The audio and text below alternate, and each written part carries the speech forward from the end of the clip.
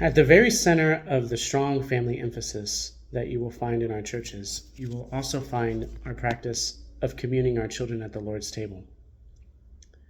This is unusual in Protestant churches, and in some places it is even controversial, like in the Evangelical Missionary Enterprise. So here are a few words of explanation. First, we want our children to grow up speaking communion with Christ as their native language. This is hard to believe in what we have received in evangelical churches as more of a Enlightenist interpretation, which has eventually ended up illogically, but still in a Gnostic sense. Children have their unique challenges in their walk with Christ, but we all do, as we all do. But an additional challenge is that as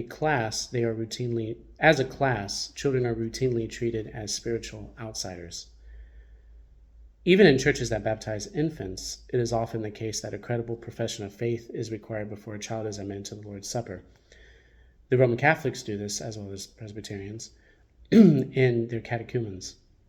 When they catechize their children, they are trying to somehow safeguard communion. But in our churches, the Lord's table is not safeguarded or protected with a profession of faith. The Lord's table is regarded as a profession of faith. It is true that little children do not yet know how to make this profession.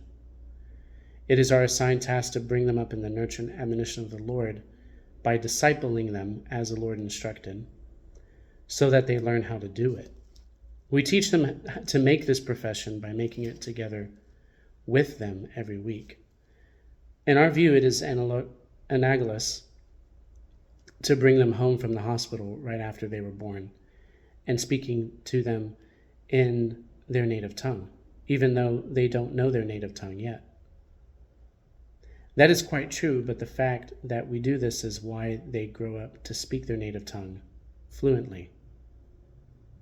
We want our children to grow up speaking communion with Christ as their fluent tongue, as their native language. We, that is all of us, are saved through the gift of faith. Faith is a gift.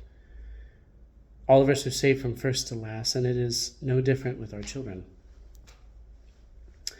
As with all communicant members of the visible church, it is possible for a child who grows up this way to turn away from Christ.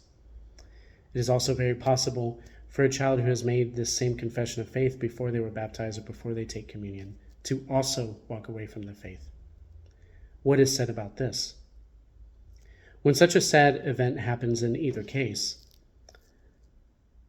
children are to be discipled as any other member would be.